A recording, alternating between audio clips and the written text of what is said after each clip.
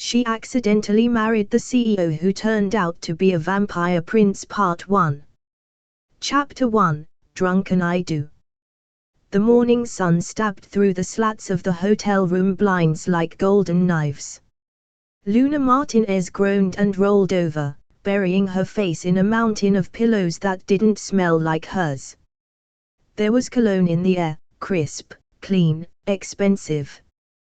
Definitely not the kind of scent that came from her shared two-bedroom apartment in East LA. Her head throbbed. Her mouth felt like she'd gargled cotton and regret. And then she saw the ring. She blinked at her left hand, now rising from the sheets like it was someone else's. A glittering diamond sparkled like a disco ball from her ring finger. It was massive. Ridiculous. Offensive, even. No, no, no, no, she whispered, heart thudding. Her voice was hoarse. She sat up, slowly, and immediately regretted it as the room tilted like a carnival ride. Her black bodycon dress from the night before was half off, twisted around her like some silk python. Her strappy heels lay abandoned on the floor next to a half-empty champagne bottle and a bouquet of wilted white roses. White roses. Wedding roses. Luna's stomach twisted, and not just from the hangover. She looked around the suite, cream-colored marble floors, opulent chandeliers, gold-trimmed mirrors, and a king-sized bed that could fit a royal family. It was way too fancy for someone who earned minimum wage plus tips pulling double shifts at Café Vivace. Panic clawed at her throat. That's when she heard the shower. The bathroom door stood ajar. Steam poured out, trailing like lazy ghosts into the cool sweet air. Someone was inside. A man. A very naked man. Luna stared in horror at the second wine glass beside the bed. She jumped out of bed like it was on fire and frantically searched the room. Her purse, thank God, was on the desk. Her phone was dead. Her lipstick was smudged into oblivion, and her mascara had migrated halfway to her collarbone. But there was something worse. A piece of paper lay on the nightstand, its words neatly typed on heavy parchment. Certificate of marriage. This certifies that Luna Isabella Martinez and Darian Alexander Blackthorne were lawfully wed in the state of Nevada on the 17th of June at 3:11 a.m. She let out a strangled sound that might have been a scream or a prayer. Oh God! Oh hell no! Before she could even process that information, the bathroom door opened with a quiet hiss. Out stepped the most terrifyingly beautiful man she had ever seen. Tall. Broad-shouldered. Perfectly cut jawline.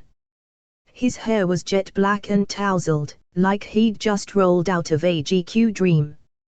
Water beaded on his sculpted chest and ran down hard planes of muscle, disappearing beneath the edge of a white towel slung dangerously low around his hips. And his eyes were a strange, deep silver. Not grey. Not blue. Silver. Luna stared at him in dumb silence. Her voice had abandoned ship. Ah, he said, voice a low, melodic purr. You're awake. She gaped like a goldfish. What happened last night? You don't remember? He raised an elegant brow and stepped toward her slowly, like she was a frightened animal. Interesting. Did we actually get married? She grabbed the certificate and held it out like it might burn him. He didn't flinch. He smiled. A slow, knowing, movie-villain smile. I believe the ceremony was officiated by an Elvis impersonator with a lazy eye, he said dryly. But yes, Miss Martinez. We are, by every legal measure, husband and wife. Luna dropped onto the edge of the bed. Her legs weren't cooperating. This has to be some kind of joke. Who are you? She demanded, finally finding some of her fire. He extended a hand. Darian Blackthorne, CEO of Blackthorne Industries. He paused. You may have seen me on the cover of Forbes, or in the security footage of the casino bar last night where you insisted on playing poker with a man wearing a parrot. Oh my God, she muttered. This is a nightmare. You were quite charming, if I recall. And persuasive. Luna turned to him, eyes wide. Why on earth would someone like you marry someone like me? He tilted his head. You proposed, actually. I did not. You insisted. Slid a ring on my finger and everything. I was merely swept up in your enthusiasm. I was drunk. Legally speaking, not enough to nullify the marriage, he said smoothly, walking over to pour himself a glass of water from a crystal decanter. You knew your name. Knew mine. Even spelled anti-disestablishmentarianism to prove mental competency. I must have hit my head, Luna groaned. Darian's smile faded slightly. He set down the glass. If it comforts you, he said softly, I had my own reasons. She blinked. What does that mean? He didn't answer. He was suddenly very quiet. Intense. Almost too still.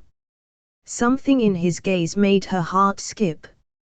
You should eat something, he said finally. The room service is already paid for. She frowned. No. I need to get out of here. We need to annul this. Ah. He looked almost disappointed. Yes. I suspected that might be your reaction. Luna stood up and began searching for her phone charger. No offense, Mr. Blackthorne, but I don't have time to be married to a billionaire. I work double shifts, I have a cat with separation anxiety, and I can't afford to date, let alone divorce. Then don't, he said calmly. Don't divorce me. She froze. Excuse me. He crossed the room and pulled something from a black leather folder on the desk. It was a check. With a lot of zeros. I'll pay you $1 million to remain married to me.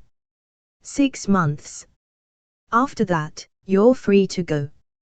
Luna stared at the check like it might grow teeth and bite her. Why would you do that? She whispered.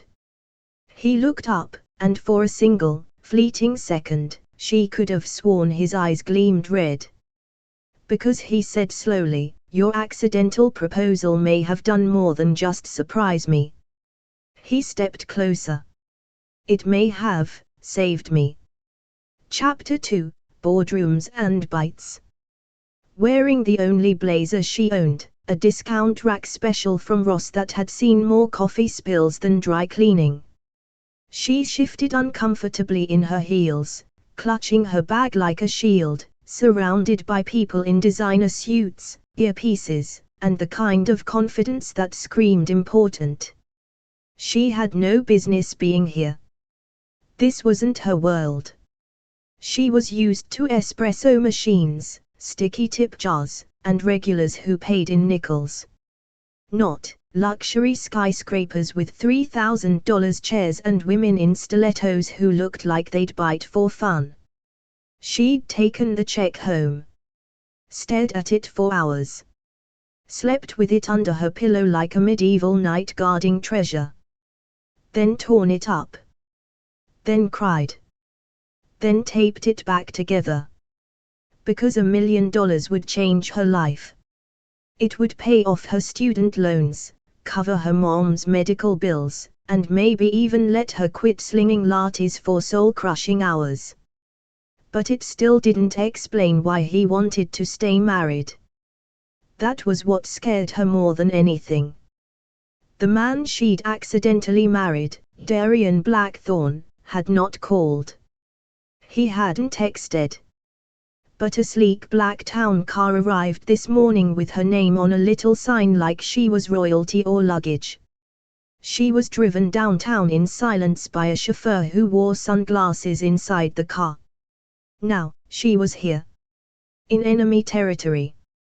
With trembling knees and a dry throat. Miss Martinez, the receptionist purred, smiling a little too wide. Mr. Blackthorne is expecting you. Penthouse floor. The elevator dinged open like the gates of hell. Luna stepped in.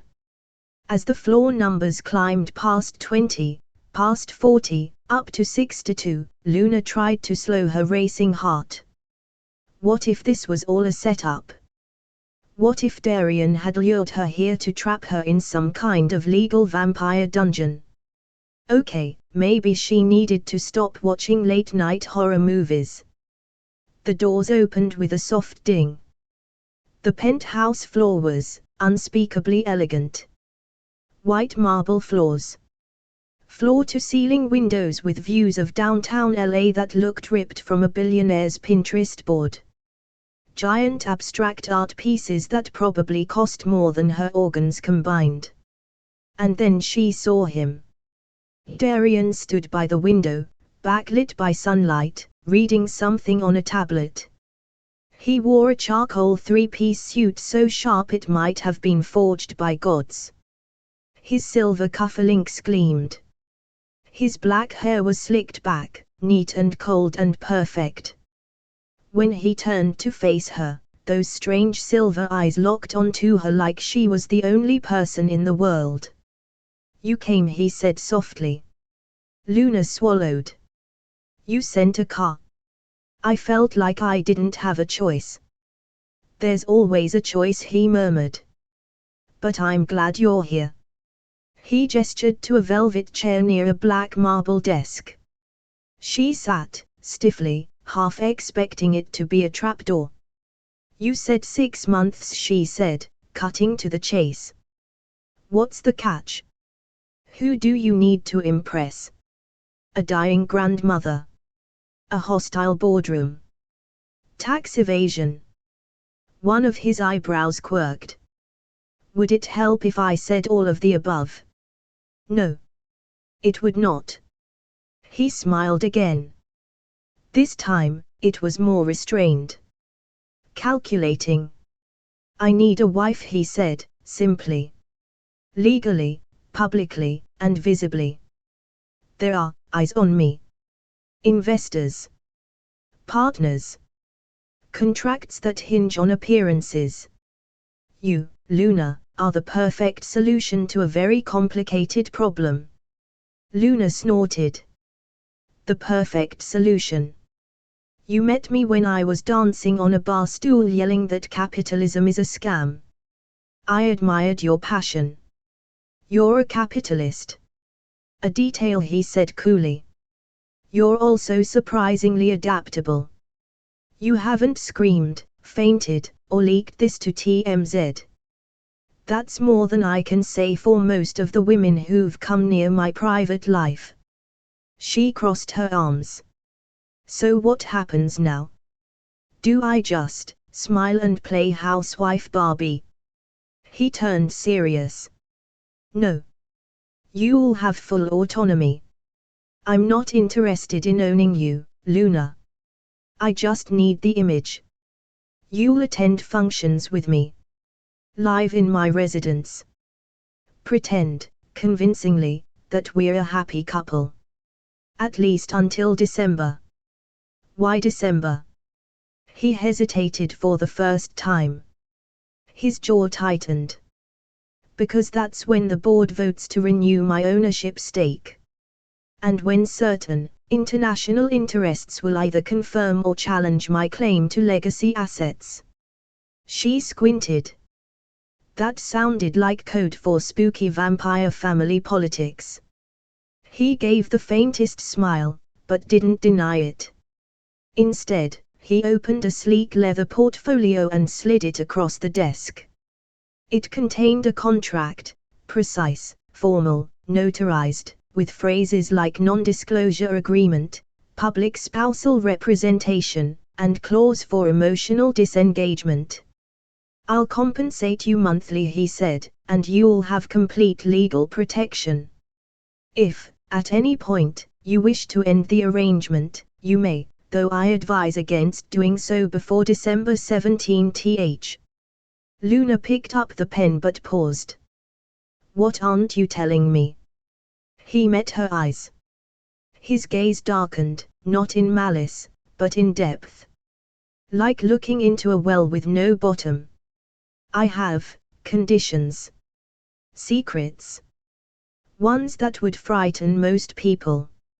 I'm a barista with 47 cents in my checking account and a landlord who thinks maintenance is optional. I can handle secrets. He leaned closer, just slightly. You should be careful what you agree to. Luna stared him down. So should you. And she signed. Luna moved into his penthouse suite just after dusk. She expected silence, maybe awkward tension. Instead, she was greeted by a silent housekeeper named Marta, who showed her to a guest room that was somehow both minimalist and absurdly luxurious. Darian appeared hours later with a bottle of dark red wine and 2 glasses. They sat in the living room like strangers forced into a honeymoon suite. I suppose we should toast, he said, lifting his glass. To strange beginnings. $2 million mistakes, Luna replied. She sipped. He didn't. She noticed. You're not drinking, she asked. His smile was slow. Careful. It's not exactly wine.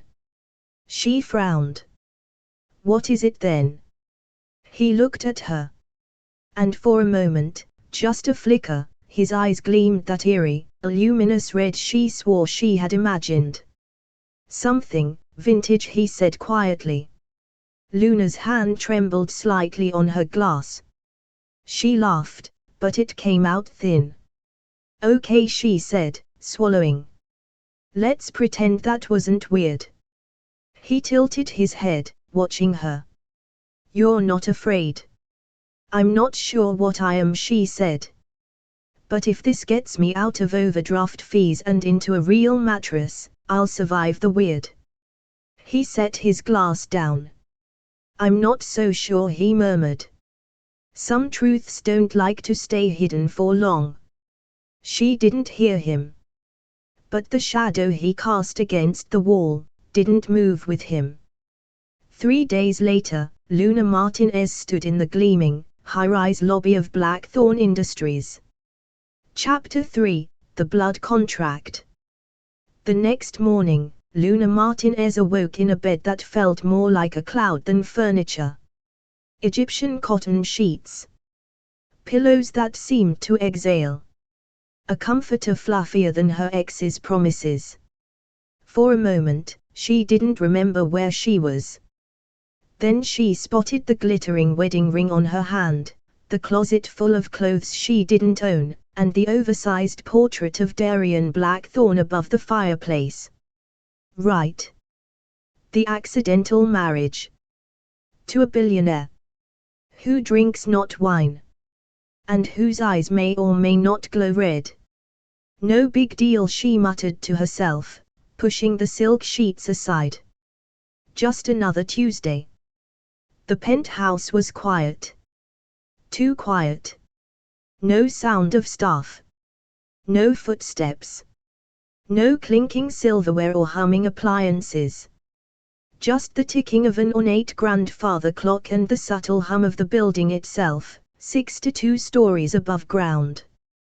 Darian had disappeared sometime during the night after his cryptic remarks and even more cryptic drinking habits. She'd half expected to hear the flutter of bat wings outside her window. Instead, nothing. Just silence and luxury and a growing sense that she was being watched. She padded barefoot toward the hallway, poking her head around corners, whispering hello, like she was in a horror movie. The penthouse was too large, like a museum and a cathedral, had a very rich, very intimidating baby. Marble floors, oil paintings, dark wood. All polished to an unnatural gleam. A double door stood slightly ajar down a long hallway. Curiosity tugged at her like a fish hook. "Don't," her inner voice said. "This is how girls die in Netflix documentaries." But she ignored it. She slipped inside. It was colder in here. The room was long and windowless, illuminated only by antique sconces on the walls. The air smelled faintly of aged wood, dust, and iron. Luna took a step. Then another. On either side of the room were locked cabinets, made of heavy glass and dark oak, like museum cases. Inside were strange, old things, tarnished rings, faded letters, black and white photos, and goblets. Not wine glasses. Not flutes or tumblers. Goblets. Ornate, silver-lined, jewel-encrusted goblets. The kind you'd find in a medieval castle or Game of Thrones cosplay. She stepped closer to one of the cabinets. A tag beneath the glass read: Venetian Court Goblet 1603, used in the Treaty of Blood. She frowned. Treaty of what now? The next cabinet contained what looked like a ceremonial dagger. Curved. Ancient. Darkened with age, or something darker. Another tag. Helsing steel. Do not touch. Okay, nope, she whispered. This is officially weird. Then she turned, and jumped.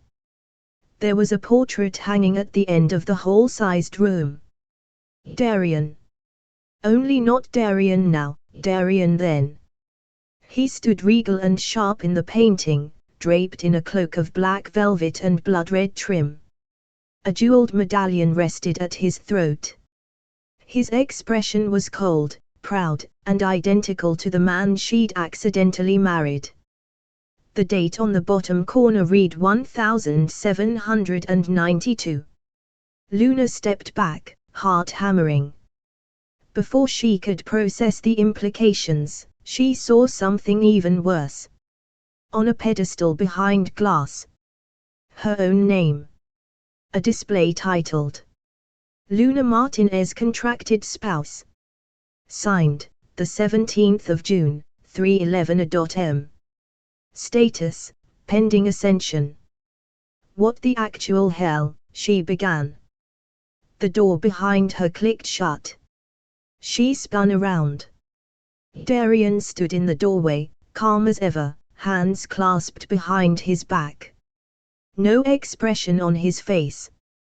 But his eyes, those silver eyes, burned with quiet warning. I believe I said the West Wing was off limits, he said softly. Luna swallowed, trying not to let her voice shake. What is this? Some kind of cult memorabilia? Are you a LARP enthusiast with a god complex? He didn't answer. He stepped further into the room, his voice low and steady. You are not in danger, Luna. But this place, it holds truths that many are not ready to know. Truths like what? That you're actually 300 years old. That your wine has a pulse. He tilted his head. Not denying it. Are you a vampire? She asked, voice hoarse. Just say it. Say it out loud. Darian didn't blink. Yes. The word dropped into the room like a blade. Luna stared at him, stunned, silent. And the marriage certificate, she managed after a moment. The contracted spouse plaque. Is this some kind of blood pact? He moved toward her, slowly, cautiously, as if approaching a wild animal. Yes. Our marriage was not a random mistake, Luna. Not entirely. The timing, the circumstances, there are forces that watch for moments like this. Sacred contracts. Bloodline ties. And when you placed that ring on my finger, you triggered a bond older than you can imagine. Luna's legs felt like jelly. Are you saying I, accidentally signed a magical vampire marriage contract? It appears so. She laughed. It was high-pitched, desperate. Great. Great. I should have just gotten a taco at 3 a.m. instead of walking into a wedding chapel. Darian's gaze softened. You're handling this remarkably well.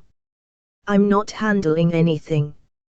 I'm imploding inside, thank you very much.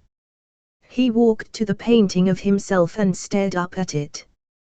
You weren't supposed to be there. But you were. And when you proposed, even as a joke, it bound me to you. What does that mean? Bound how? It means, he said, turning toward her, that you are now a part of something ancient and dangerous and irreversible. Unless certain rituals are performed. Unless certain sacrifices are made. Luna backed away. Are you going to sacrifice me? His voice was barely audible. I don't want to. Don't want to. That's not reassuring. He moved faster than she could register, suddenly in front of her, grabbing her wrist, not roughly, but firm. His skin was ice cold. You need to trust me, he said. For your safety, and mine. There are others who will not honor the bond. They will see you as a threat. She yanked her arm back. Oh no. I don't do vampire politics. I didn't sign up to be vampire first lady. Darian's voice lowered to a whisper. But you did sign.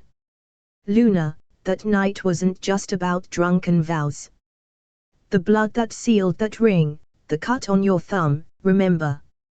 You bled when you slid it on my hand. She paled. She had cut herself. A small nick. She'd laughed about it. Oh my God, she whispered. It was real. He nodded once. Luna turned and walked straight out of the room. I need air, she said, dizzy. I need garlic. Or a crucifix. Or a therapist. Luna, Darian called gently after her. You're already part of the story now. The only choice left is how it ends. Chapter 4, Red Wine, or Not. Luna Martinez never imagined her first formal gala would come with custom couture, a $3,000 clutch she didn't pay for, and an invitation written in Latin, sealed with wax, and hand-delivered by a man with no reflection in her bathroom mirror. She stood now in front of the gilded mirror in Darian's penthouse bedroom, their bedroom, though she still insisted on sleeping in a guest room, and adjusted the crimson satin dress that hugged her figure like a second skin. Marta, the ever-silent housekeeper, had helped curl her hair and paint her lips blood red, which felt, thematically unsettling. This is absurd, she whispered to her reflection. You're a barista. You make cold foam, not small talk with the undead elite. And yet, here she was.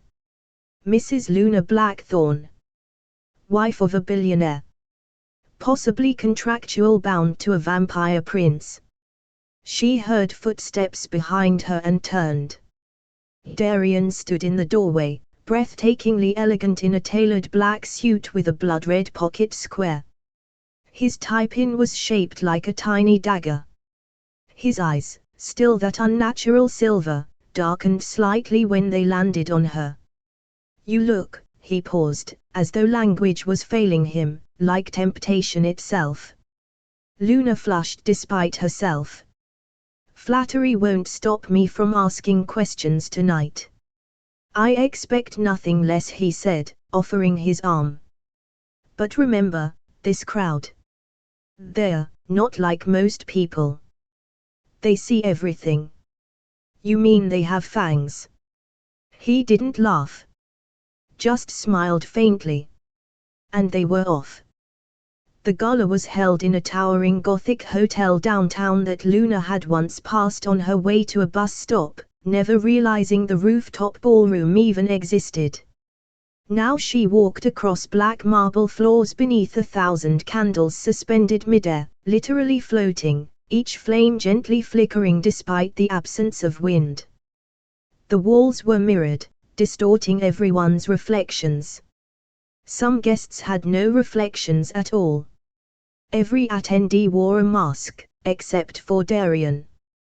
When Luna asked about it, he'd only said, "Princes have nothing to hide." Luna kept close to his side, absorbing names she couldn't pronounce and titles like Baron of the Baltic Shore, Count of Duskval, and Viscount Evermore. One woman with moon-pale skin and glowing amber eyes leaned in a little too close and purred, "So this is the bride," like Luna was a particularly exotic dish on the menu. She felt like a gazelle at a vampire country club. Darian kept a protective hand on the small of her back as they made their rounds. He was the perfect host, coldly charming, calculatingly polite. And yet, when he looked at her, something softened. Like he saw her in full color while the rest of the world stayed grayscale. Eventually, they made their way to the elevated VIP table. There, an ancient man with glowing red eyes and an accent so old it sounded carved from stone toasted their union. "To the bride," he said, raising his glass. "May she live longer than the last." Everyone laughed softly. Everyone except Luna. Her smile cracked a little as she picked up her goblet. The liquid inside shimmered deep crimson, just a shade too thick. She sipped, and tasted dry, earthy wine. Or what might have been wine. Or what might have been something else. Darian didn't drink. She watched him carefully, pretending to listen to a story from a woman in a mask made of silver thorns. But Darian's goblet sat untouched in front of him. The same goblet he'd carried since they sat down. Full. Untainted. The woman finished her tale, something about a duel at Versailles, and Darian stood. "Excuse me," he said, nodding slightly. "I'll return shortly." As soon as he was gone, Luna slid his goblet toward her. She glanced around. No one was watching, at least, not obviously. She dipped her finger in the goblet and lifted it to her nose. The scent was sharp. Not sweet like wine. Not fermented. Not even fruity. It smelled coppery. Like a penny held in a hot hand. And when she touched it to her lips, the taste hit her in a lightning bolt of wrongness. Blood. Thick. Rich. Real. She gagged and dropped the glass. It hit the table but didn't spill. A single drop slithered down the side like it was clinging to life. No one noticed. Or rather, no one acknowledged it. Her heart raced. Her hands shook. She stood, pushing her chair back. "I need air," she muttered, and darted away before anyone could stop her. Luna pushed through an ornate glass door and stepped into the cold night air of the rooftop balcony. She gasped like she'd been underwater, gripping the stone railing with trembling hands. "Wine," she whispered to herself. That wasn't wine. That was, "He drinks, he really drinks." A quiet voice spoke from the shadows. "He only drinks human blood when he absolutely must. You should feel flattered. He's starved himself for days out of courtesy for you." Luna turned sharply. A tall woman emerged from the shadows, her skin pale as porcelain, hair long and black like a river at night. Her eyes glowed faintly, like embers. She wore a black velvet gown that clung to her curves and dripped malice. You must be the human bride, she said with a predatory smile. What a charming disaster. Who are you? Luna asked. The woman stepped closer. You may call me Evangeline. I was once very close to your husband. Let me guess. His ex. His intended, she said, voice hardening. For over 2 centuries. Until you interrupted. Luna swallowed. So, this is jealousy. No, darling, Evangeline cooed, reaching out to trail a finger across Luna's shoulder. This is a warning. You may wear the ring, but you have no idea what you've married into. That man inside. He's not a brooding fairy tale monster. He's a prince of the old blood. A predator. And you, she smiled wider, showing sharp, gleaming fangs, your prey pretending to be royalty. Suddenly, Darian was there. Faster than human reflex should allow, he moved between them, his hand wrapped around Evangeline's wrist in a flash of motion too fast to see. That's enough, he said, his voice like thunder muffled in velvet. Evangeline didn't flinch. She smiled at him, then looked back at Luna. She'll learn soon enough. And then she disappeared into the shadows, her laughter lingering in the wind like perfume. Luna stared at Darian, wild-eyed. You drink blood. I do, he said softly. Though never without consent. Never from innocence. You're not denying anything anymore. There's no point in pretending now. She looked up at him. What am I to you? A pawn. A loophole. A sacrifice. He stepped closer. You're the only one I didn't plan for. And the only one I want to protect. Luna didn't move. Her heart beat like a war drum. And then, without thinking, she slapped him. Hard. He took it. She turned and walked back inside. But even as the music played and the immortal elite raised their glasses to toast the facade of a fairy tale marriage, Luna's world had cracked open. And what lay beneath it had fangs. Chapter 5, Vampire Prince Revealed. It had been 2 days since the gala. 2 days since Luna had tasted blood from her husband's goblet. 2 days since Evangeline whispered venom into her ear. And 2 days since she'd slapped Darian Blackthorn and stormed out of a ballroom filled with ancient beings in couture masks and cold smiles. She hadn't seen him since. The penthouse was eerily quiet now. Marta floated through like a ghost, saying nothing, her presence efficient and faintly unsettling. Luna had tried to pack a bag twice, grab her phone, run down to the street, get out of this gilded cage, but something stopped her every time. Curiosity. Fear. The quiet, impossible part of her that remembered the way Darian had stepped between her and Evangeline like a shield. Whatever it was, it kept her anchored here, pacing in her guest suite, biting at her cuticles, half waiting for the truth to find her. And one cold, fog-drenched night, it did. It started with a dream.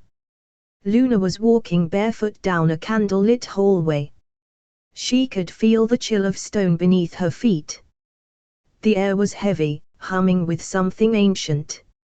She followed the sound of her name being whispered, not spoken, but intoned, until she reached a great iron door, 10 feet tall, carved with sigils she couldn't understand. She pushed it open. Inside was a massive circular chamber. Carved into the walls were 8 towering chairs, thrones, really, each one wrought from obsidian, gold, bone, or crystal. They were empty, except one. In the central throne sat Darian, cloaked in black and red. He wasn't smiling. He looked heavier. Older. His eyes were glowing, not just red, but deep, molten crimson like a star dying behind his pupils. When he opened his mouth, his voice was lead, more than one, overlapping, echoing in an unnatural harmony. You've stepped into the bloodline, Luna. You can no longer unbind yourself. She woke up gasping. The clock read 3:11 a.m. The same time their marriage had been officiated. Luna crept through the penthouse barefoot, wrapped in a thick robe, heart pounding. She wasn't sure where she was going until her hand landed on the brass handle of the locked library. Only, it wasn't locked anymore. The door creaked open. Inside was a chamber she hadn't seen before, dark wood shelves stretched 30 feet into the air, filled with tomes bound in leather and iron, glass cases holding relics, scrolls, and ancient documents. It felt more like a cathedral than a library. And there, at the far end, stood Darian. He was in a black shirt with the top buttons undone, sleeves rolled up, exposing pale forearms marked with faint, silvery scars, sigils, etched into his skin like brands. He held a weathered book open in one hand, candlelight flickering along the edge of his jaw. He didn't turn when she entered. But he spoke. "I was hoping you'd find this place eventually." Luna hovered at the threshold, wary. "What is this room?" "A record of what came before me. And what I was born to become." She took a tentative step inside. "Born to become what, Darian?" He finally looked at her. "A prince." "Of what?" He exhaled slowly, and shut the book. "The ninth house. One of the original vampire bloodlines. We are not made, Luna. We are born. I am the last direct heir of House Blackthorn, first blood of the old pact. And now, by ancient law, your husband." She blinked. "Your royalty. In the vampire world, yes. There are courts. Alliances. Wars. Politics more ancient than any human empire." She stepped forward again. "And this marriage, really bound me to you?" "Yes." He walked over to a pedestal and opened a black velvet-lined box. Inside lay a scroll, aged, cracking at the edges, sealed with dark wax bearing the symbol she'd seen in the hidden room, a thorned crown wrapped in serpents. "This is the original Blackthorn bond," he said. "Passed down through centuries. It governs marriages of power, ritual unions designed to strengthen bloodlines and maintain control. And I accidentally triggered it," she whispered. He looked up at her, and for the first time, his eyes weren't cold or smug or guarded. They were tired. "Yes." She folded her arms. "Why didn't you tell me the truth before?" "I tried. But you would have run." "I still might." A small smile tugged at his mouth. "And yet, here you are." She hated how right he was. "I need to understand," she said softly. "Why me? Why now?" He walked past her, slowly, as if weighing his words. "There is an ancient prophecy. One that says when the ninth house's bloodline faces extinction, a mortal of forgotten heritage will cross paths with the last son, at a moment of shared vulnerability. They will bind by accident, but fate will call it design." Luna paled. "You think that's me?" "I know it's you. The time. The blood. The dream you had tonight, it wasn't a dream. It was the ancestral calling. You felt the thrones, didn't you?" She gasped. "How did you?" "I see what you see when the bond deepens." Luna turned away, overwhelmed. "This is insane." "I agree. And yet, it's happening." She turned back, her voice shaking. "If I'm bound to you, Does that mean I'm turning into something? He walked over and gently took her hand. No. Not yet. But the longer the bond remains, the more connected we become. Your blood begins to shift. Your mind will see things others cannot. Time becomes less linear. She yanked her hand away. You should have told me the first night. I wanted to. But I was afraid you'd break the bond. And if you do? What? I die. He looked away. Oh my God, she whispered. I die.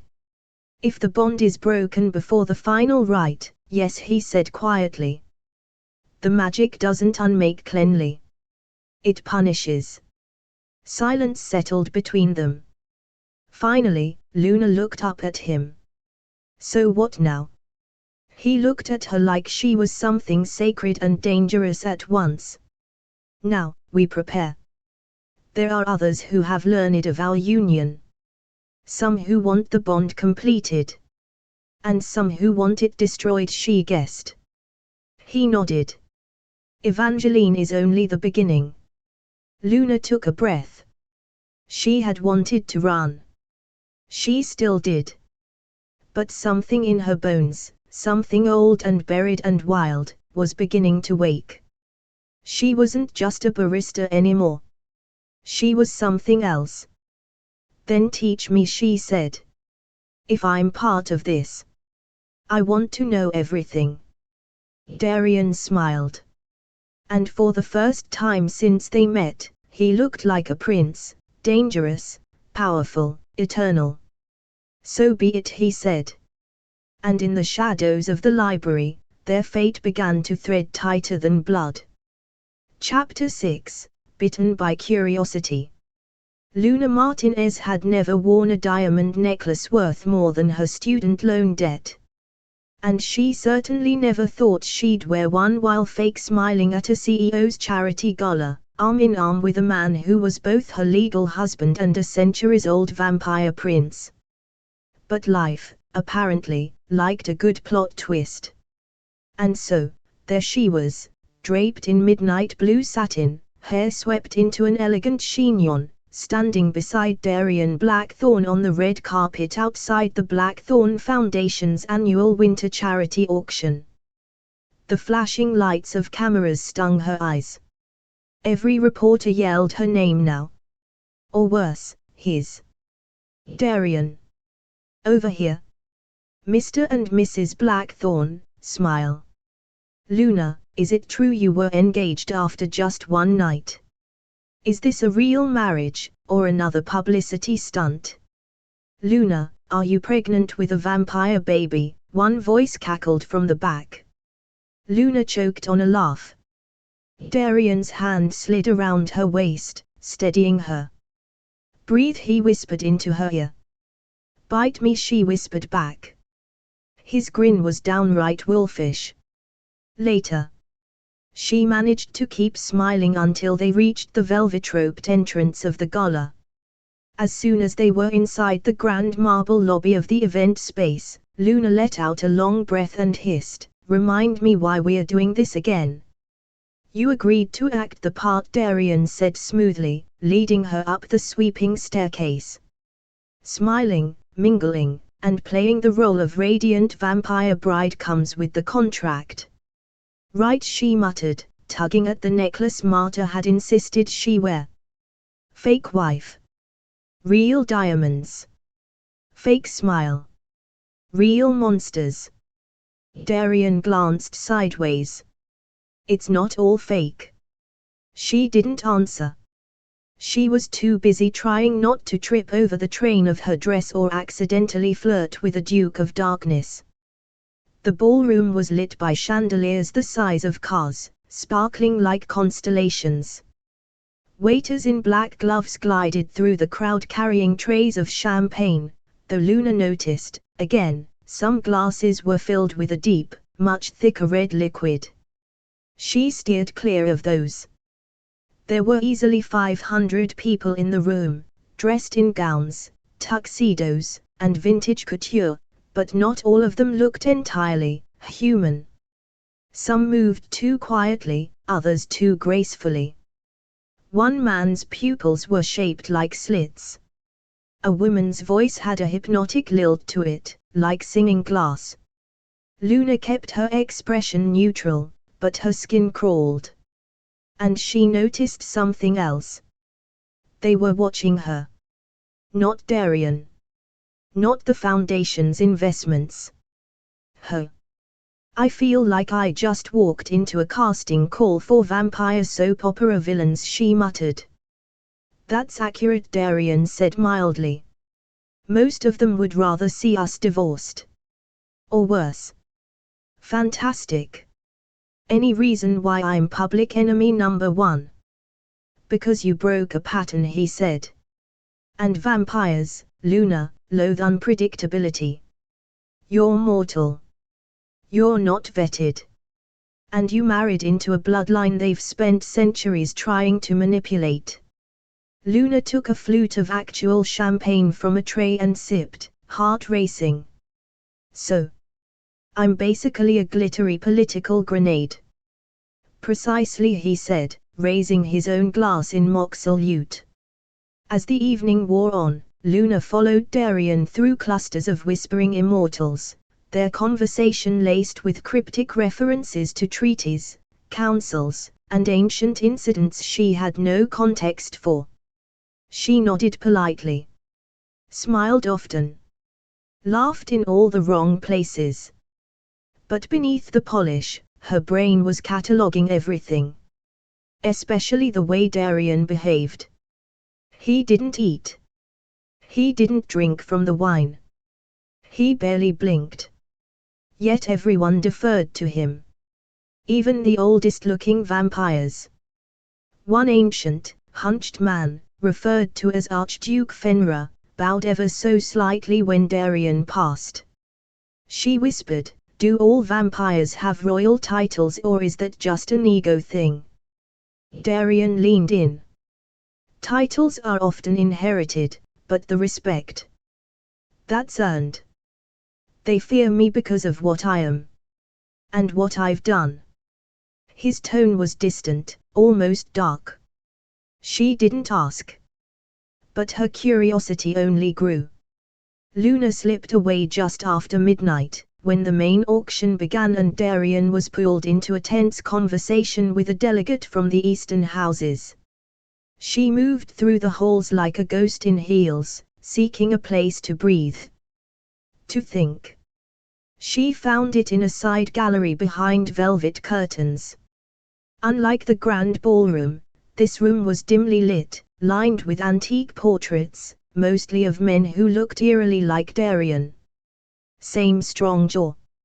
Same eyes. Same cold confidence. Above each portrait was a name and date. Lord Malric Blackthorne 1431.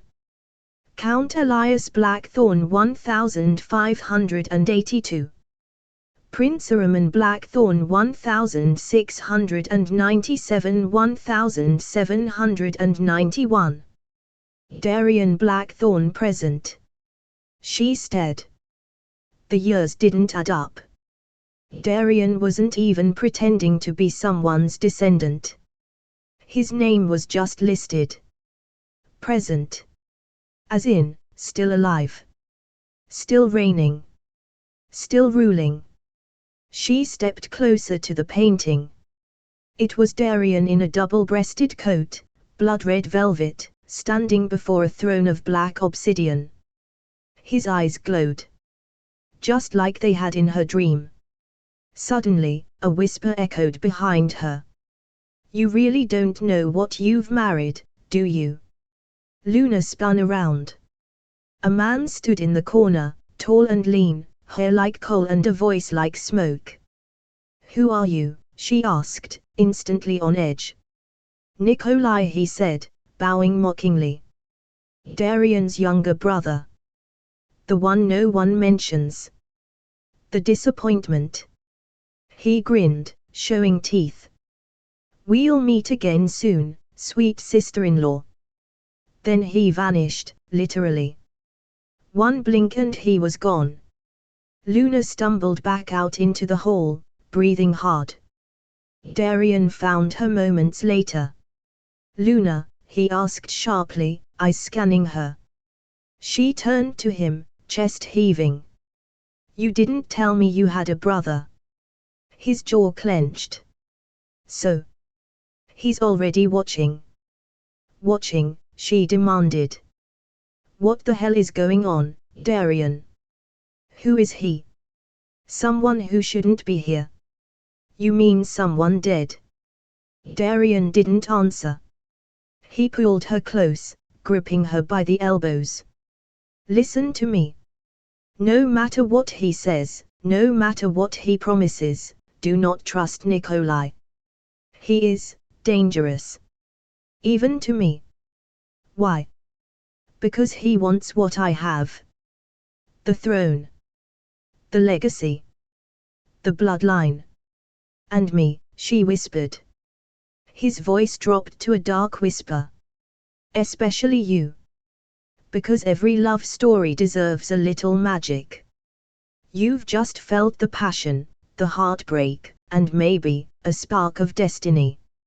Subscribe for more supernatural love, dramatic twists, and heart-fluttering romance. Like if you believe in second chances and fated mates. Comment your favorite romantic moment, we read them all, and we swoon with you. Ring the bell so you never miss the next magical chapter. Share with a fellow hopeless romantic, you know they're secretly obsessed too. Because here at Supernatural Romance Stories, the moon is always watching, and love always finds a way.